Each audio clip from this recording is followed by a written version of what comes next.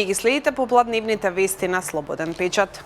Тополова Исајловска најсериозен кандидат за главното обвинителско столче. Обвинителката Анита Тополова Исајловска, која сега е вршител на должност, е најсериозен кандидат да седне на главното обвинителско столче на местото на обвинителот Љупчо Коцевски, кој си даде оставка непосредно пред да биде разрешен. Пониза критики откако власта успеа да го тргне Коцевски. На огласот што го распиша собранието се пријавија 5 кандидати. Тројца обвинители, Тополова, обвинителката што ги води случаите во кои е обвинета владеачката ВМРО од ДПМН, Ленча Ристовска и обвинителката од Скопското обвинителство Лидија Раичевиќ. За републички јавен обвинител се пријави и судијата од Кривичниот суд Ненад Савески и разрешениот судија и поранешен претседател на Кривичниот суд Владимир Панчевски. Амбиција за републички јавен обвинител имаше и поранешниот шеф на Скопското вишо јавно обвинителство Мустафа Хајрулахи, кој водеше жестока битка со Коцевски и со обвинителите од поранешното специјално јавно обвинителство и нивните бонуси, но на крајот се премисли и не поднесе кандидатура. Меѓу обвинителите што се споменуваа по мера на власта беа и обвинителите Јован Цветановски и Златко Биковски, но ниту тие на крајот не поднесоа кандидатура. Па од имињата што се пријавија во собранието како фаворит на власта се споменува Тополова Исајловска. Премиерот Христијан Мицкоски сепак јавно не посочи кој му е фаворит. Колку што знам, сега постапката е да се произнесе Советот на јавни обвинители, па потоа владата ќе се произнесе, кажа кратко Мицкоски.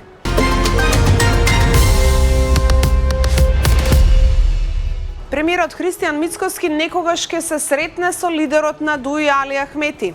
Со ова премиерот ја потврди информацијата на Слободен печат дека Ахмети ќе почека на покана за средба со Мицкоски откако ДУИ ја откажа првично договорената поддршка за безбеден град на лидерската средба. Мицкоски се воздржа од коментар за откажаната поддршка од ДУИ за законот за прекршоци и за народниот правобранител и не одговори дали ќе го покани лидерот на ДУИ на средба очи во очи, како што веќе побара Ахмети, ниту кога би се одржал состанокот.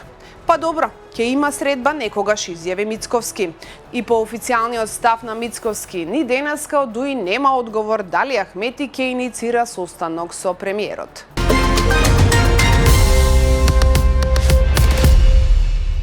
Охрид се дави во проблеми. Угостители работат без дозвола, врие од дивоградби. Општината го тужи комуналец. Општина Охрид нема донесено урбанистички планови за вкупно 20 населени места, не презела конкретни мерки за отстранување на бесправно изградените објекти, особено во заштитените подрачја, а јавниот простор се користи со поставување урбана опрема без дозволи и бесплатени комунални такси. Истовремено субвенциите за јавните предпријатија во износ од околу 593.000 евра се исплаќале без донесена програма и без претходна согласност од Советот на општината, покажа ревизијата што за 2024 година ја спроведе Државниот завод за ревизија. Според конечниот извештај на ДЗР, во дел од населените места се регистрирани изградени објекти за индивидуално домување и хотелски комплекс, за кој не е платен надоместок за уредување на градежното земјиште и не се издадени одобренија за градење.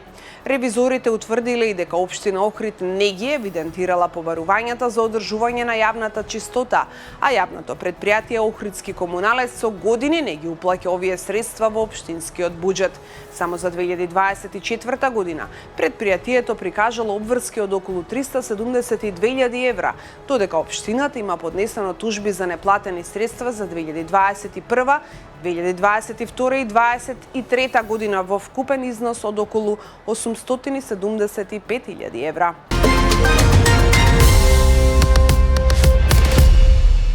Голем подпорен зид утрово ненадејно попушти и се сруши врз паркирани возила кај Штипската болница, предизвикувајќи огромна материјална штета. За среќа нема повредени луѓе. Од фотографиите и видеата објавени од местото може да се види дека големи бетонски блокови и огромно количество земја и камења згмечиле најмалку 2 коли. Едното возило е речиси целосно покриено од срушената конструкција, а врз другото паднала тешка метална ограда. Една жена која дошла на преглед во болницата раскажа дека само што го оставиле возилото и тргнале кон болницата, одеднаш слушнале гласна врева и виделе дека зидот паднал врз автомобилот. На местото на настанот веднаш излезе излегоа екипи од СВР Штип за регулирање на сообраќајот на улицата Љубен Иванов, која води кон главниот влез на болницата. Просторот е исчистен од екипи на јавното предпријатие Стипион, а сообраќајот е во нормала. Свлечиштето, како што раскажуваат очевидци на настанот, се случило по интензивни врнежи и влага во земјиштето.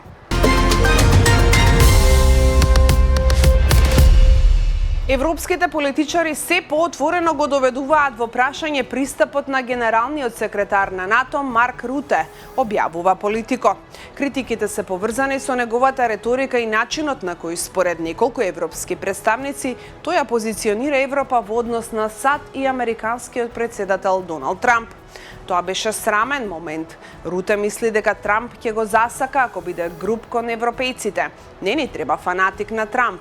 НАТО треба да ги балансира напорите на САД и Европа, рече Натали Лоазо, членка на Европскиот парламент и поранешна француска министерка. Критики стигнаа и од дипломатски кругови. Поранешната француска амбасадорка во НАТО Муриел Доминге рече дека демонстрирањето на европска слабост со цел да се обезбедат безбедносни граници на САД е застарен пристап кој според неа испраќа погрешен сигнал до Русија. Без директно да го спомене Руте, француската министерка за вооружени сили Катрин Вотрен изјави дека потребата од зајакнување на европската компонента во рамките на НАТО станува се поочигледна. Според Политико, идејата за зајакнување на улогата во европските сојузници во рамките на алијансата, која Франција ја изнесе пред неколку години, сега добива поширока поддршка, вклучително и во Германија. Агенти на ЦИА ќе управуваат со Венецуела по Мадуро, протекоа тајни документи. ЦИА тајно работи на воспоставување трајно копнено присуство на САД во Венецуела, предводејќи ги плановите на администрацијата на Трамп да го искористи своето ново откриено влијание врз иднината на земјата, според повеќе извори запознаени со планирањето. Дискусиите меѓу ЦИА и Стейт Департментот се фокусираа на тоа како ќе изгледа присуството на САД во Венецуела на краток и долг рок, по драматичното апсење на поранешниот претседател Николас Мадуро претходно овој месец, објави CNN. Иако Стейт Департментот ќе го представува примарното долгорочно дипломатско присуство на САД во земјата, администрацијата на Трамп веројатно првично ќе се потпира во голема мера на ЦИА, поради политичката транзиција и нестабилната безбедносна ситуација по Мадуро, додадоа изворите. Тој истакна дека краткорочните цели на агенцијата вклучуваат подготовка на теренот за дипломатски напори, што вклучува градење односи со локалното население и обезбедување безбедност.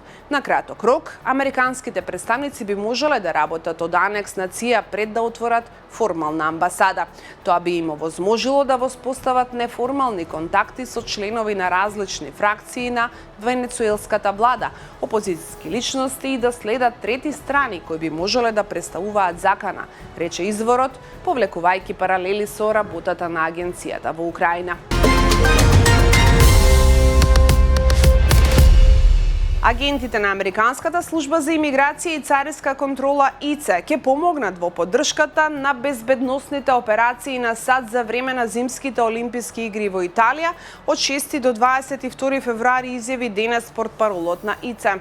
За време на олимписките игри одделот за внатрешна безбедност на ИЦЕ ќе поддржи службата за дипломатска безбедност на Стейт Департментот и земјата домакин во проценката и ублажувањето на ризикот од транснационални криминални организации, се вели во соопштението, додавајќи дека сите безбедносни операции ќе бидат под надлежност на италијанските безбедносни служби, објави АНСА.